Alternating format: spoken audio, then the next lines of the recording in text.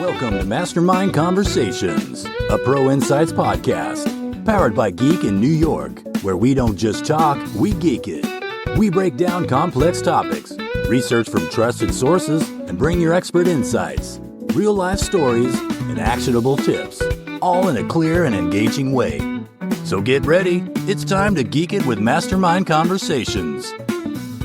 All right, welcome back. We're diving back into the sometimes choppy waters of relationship conflict. This is part 3 of our series with Resilient Couples Coaching, strengthening and deepening love with CBT and mindfulness, where we're handing you the tools to not just survive disagreements, but use them to actually strengthen your connection. It's amazing, how many couples are out there unknowingly using the same conflict resolution tactics that are actually making things worse. Right. So let's break down those common pitfalls and give you some practical techniques to turn those clashes into moments that bring you closer. One thing that really struck me in all the research is the emphasis on truly understanding your partner's perspective, even if you don't see eye to eye in the moment. Why is that so crucial? It all boils down to empathy. Resilient Couples Coaching talks about building what they call love maps. Love maps? Yeah, which is essentially a detailed roadmap of your partner's inner world, their history, their dreams, what makes them tick, even their anxieties. Think of it this way. You wouldn't try to navigate a foreign city without a good map, right? Right. Same goes for relationships. So it's like having a cheat sheet to help you navigate those moments when you feel totally lost in the conversation. Exactly. And Resilient Couples Coaching has this great exercise where you actually create a love map together, asking each other specific questions to uncover those deeper layers. It's amazing how much closer you can feel just by taking the time to really listen and learn about each other. But don't couples kind of assume they know each other pretty well already? Especially after years together. That's where things get tricky. We change and evolve over time, don't we? That's why they also emphasize this "who am I" exercise. It's about acknowledging that the person you married 5, 10, 20 years ago might be different today, and taking the time to rediscover who they are now. Okay, so we're building these love maps, rediscovering each other. It's like prepping the ground for smoother sailing, right? But what about those everyday moments where conflict pops up? Here's where the concept of turning card comes into play. Resilient Couples Coaching talks about these little bids for connection that we make all the time, often without even realizing it. Okay, break that down for me. What's a bid in this context? Think of it as a tiny attempt to engage with your partner.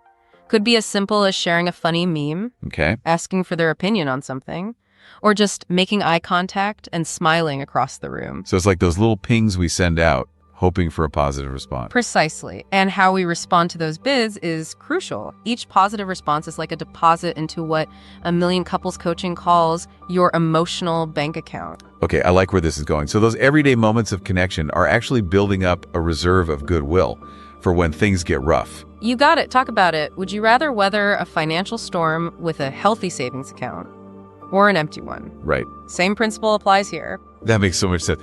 Okay, but let's be real. Even with all the love maps and emotional savings in the world, things are going to get heated sometimes. How do we handle those moments when we're on the verge of completely losing it? Resilient Couples Coaching talks about this phenomenon called flooding, which is essentially when your body's fight or flight response takes over during a conflict. Heart racing, palms sweating, tunnel vision. Oh yeah, I think we've all been there. What can we do when we sense that wave of intensity coming on, either in ourselves or our partners? The first step is simply recognizing that it's happening. Once you're aware of it, you can start applying some of the de-escalation techniques that Resilient Couples Coaching recommends. Things like taking a time out, focusing on your breath, or even using specific phrases to signal that you need a break. So it's like hitting the pause button before things escalate into a full-blown shouting match. Exactly. And those phrases can be super helpful in those moments when you just can't think straight. They emphasize things like, "I'm feeling overwhelmed right now. Can we please take a break and come back to this later?" Or, "Honey, I need a few minutes to cool down before we continue this conversation." Okay, taking a time out, using those calming phrases. It's like giving ourselves permission to step back from the edge before things spiral. Now, another thing that struck me in the materials is the distinction between solvable and perpetual problems. What's the difference and why does it matter? This is where things get really interesting.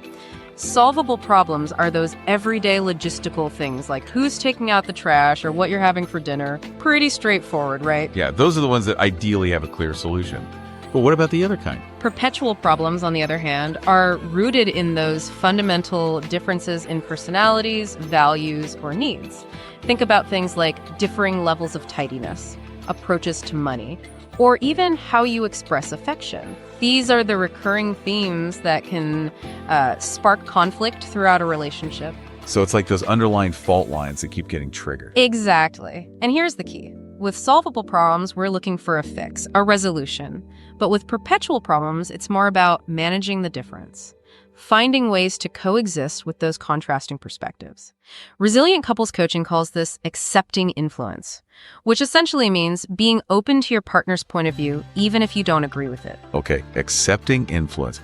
That sounds both crucial and really hard, especially when you feel strongly about something. It definitely takes practice, but it's at the heart of navigating those perpetual problems. Think of it like this. You and your partner are on a dance floor. You can either try to force each other to dance to the same beat, right, which usually leads to stepping on each other's toes, or you can learn to move in harmony even if your steps are slightly different. I love that analogy. So instead of trying to force our partner to change, we're learning to dance together, even with those differences. You got it. And that's where those love maps we talked about earlier become so valuable. The more you understand your partner's inner world, their values, their triggers, the easier it becomes to accept those differences and find ways to move together. That's brilliant. Okay, we've covered a lot of ground in this first part of our deep dive, and I'm already feeling like I'm gaining some valuable tools for my own relationship. Before we move on, though, there's one more concept I want to touch on. It's this idea that sometimes our own self-justification can actually fuel conflict. Can you elaborate on that a bit? Absolutely. Resilient couples coaching draws inspiration from the anatomy of peace, which uses this powerful analogy of a box. When we're in the box, we're essentially seeing our partners as objects rather than people. We're focused on proving our own rightness, justifying our actions, and viewing them as the problem. So it's like we're building walls instead of bridges. Exactly. And they share this incredible story about a character named Yusuf, who's trapped in a cycle of resentment and bitterness. He initially sees another character, Mordechai, as the obstacle standing in the way of his happiness. But then something amazing happens. Well, I'm on the edge of my seat here. What shifted for him? Yusuf has this moment of genuine compassion for Mordechai. He sees his pain, his humanity, and suddenly everything changes. It's like he steps out of the box and realizes that they're both just human beings trying to navigate this messy thing called life. That's so powerful. It reminds us that sometimes the biggest battle isn't with our partner, but with our own perceptions and judgments. That's the core of it. And Resilient Couples Coaching suggests some practical ways to get out of that box. It starts with awareness, noticing when we're clinging to our need to be right, and then making a conscious effort to see our partners as people with their own needs, fears, and vulnerabilities, just like us. Like we're choosing to disarm and approach the situation with curiosity and compassion instead of weapons. Okay, that's some serious food for thought. I think we'll leave it there for now, but we'll be back soon to dive into even more practical strategies for transforming conflict into connection. In the meantime, listeners, what's resonating with you so far? What's one takeaway you're holding on to as we head into part 2? It's fascinating, how even the smallest actions can create a ripple effect in our relationships. You're so right. It's like those tiny pebbles causing waves in a pond. Precisely. And speaking of ripples, one source we explored, The Anatomy of Peace, really dives into how our own need to be right can actually create those waves of conflict. That sounds counterintuitive. Can you explain that a bit more? Well, the source uses this powerful analogy of a box. When we're in the box, we're essentially viewing our partner as the problem, the obstacle to our own happiness. So it's like we're putting them in a category rather than seeing them as the complex individual they are. Exactly. We're so focused on proving our own rightness and justifying our own actions that we lose sight of their perspective completely. It's almost like we're building a case against them instead of building a bridge of connection. That's a great way to put it. And the source goes on to explain that when we're in the box, we tend to see our partners as objects rather than people. We dehumanize them in our minds. That's a sobering thought. It makes you wonder how often we do that without even realizing it. It happens more often than we'd like to admit. The source shares this compelling story about a character named Yusuf who's struggling with resentment and bitterness. He sees another character, Mordechai, as the source of his problems, as someone who's intentionally wronging him. So he's trapped in that box. seeing Mordecai as the enemy. Yes. But then there's this pivotal moment where Yusuf experiences a surge of genuine compassion for Mordecai. He sees his pain, his humanity, and suddenly everything shifts. He steps out of the box. Wow, that must have been a powerful turning point. What happened next? That act of seeing Mordecai as a person opened the door to understanding, forgiveness, and connection. It broke down those walls of resentment that Yusuf had built up. It's a reminder that sometimes the greatest obstacle to resolution isn't our partner's behavior, but our own perception of them. You've hit the nail on the head. And Resilient Couples Coaching offers some practical steps for getting out of the box. One key is becoming aware of our own need to be right, that inherent self-justification that can fuel conflict. Another is to practice empathy, to put ourselves in our partner's shoes and try to see the world through their eyes. So it's about shifting our focus from being right to being connected. That's a powerful way to put it. And that brings us to another fascinating aspect of conflict resolution that we touched on briefly in part 1, the idea that men and women sometimes approach communication in very different ways. Oh, that's a topic that's always intrigued me. What insights did Resilient Couples Coaching offer on that? They draw a lot from men are from Mars, women are from Venus, which, as you might guess, suggests that men and women sometimes speak different languages when it comes to communication. And this, of course, can lead to all sorts of misunderstandings. Absolutely. The book explains that men often retreat into their caves when stressed or overwhelmed. They seek solitude to process their emotions and regain their sense of equilibrium. So it's like that classic scenario where a woman wants to talk about her feelings and the man just wants to be left alone. That's a perfect example. Women, on the other hand, tend to ride emotional waves. They seek connection and understanding to navigate their feelings. So they're looking to process those feelings externally, while men are more internal. Exactly. And without understanding these fundamental differences, it's easy to misinterpret our partner's actions and intentions. So a woman might see a man's withdrawal as a sign of rejection or a lack of caring, when in reality, he just needs some time to himself. Precisely. And a man might see a woman's need to talk as an attempt to control or to fix him, when in reality, she just wants to feel heard and understood. It's fascinating how these different approaches to communication can create such a disconnect. You're so right. And men are from Mars, women are from Venus offers some helpful translations to bridge that communication gap. It encourages women to be direct and clear in their communication, expressing their needs without blaming or criticizing.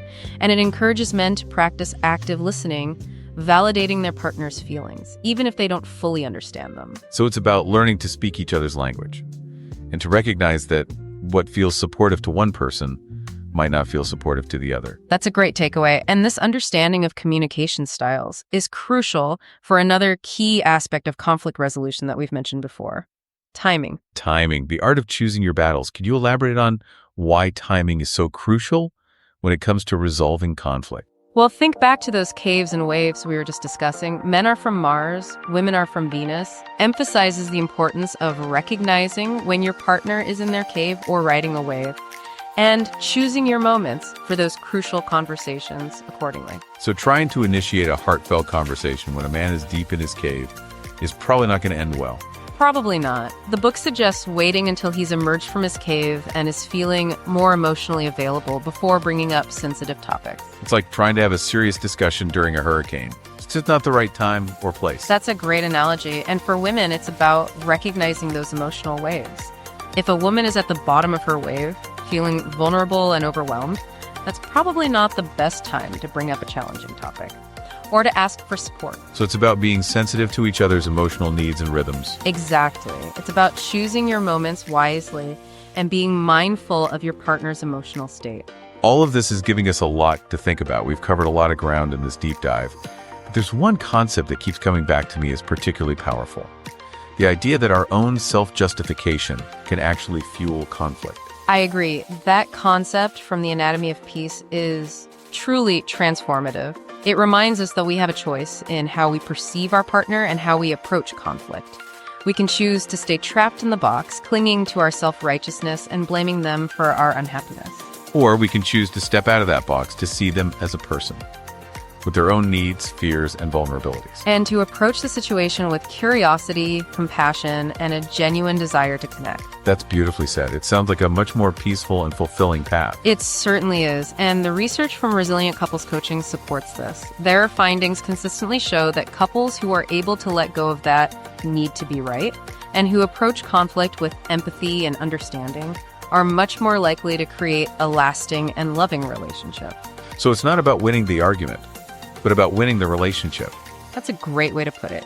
And Resilient Couples Coaching offers some practical tools to help us do just that. We've talked about love maps, turning towards, bids for connection, recognizing flooding, and understanding those different communication styles between men and women. And we've also touched on the importance of timing and the power of empathy. All of these concepts are interwoven, working together to create a foundation of understanding and connection that can help us navigate conflict constructively. It's giving me hope that even the most challenging conflicts can be transformed into opportunities for growth and deeper intimacy. Me too. And remember, even small changes can make a big difference.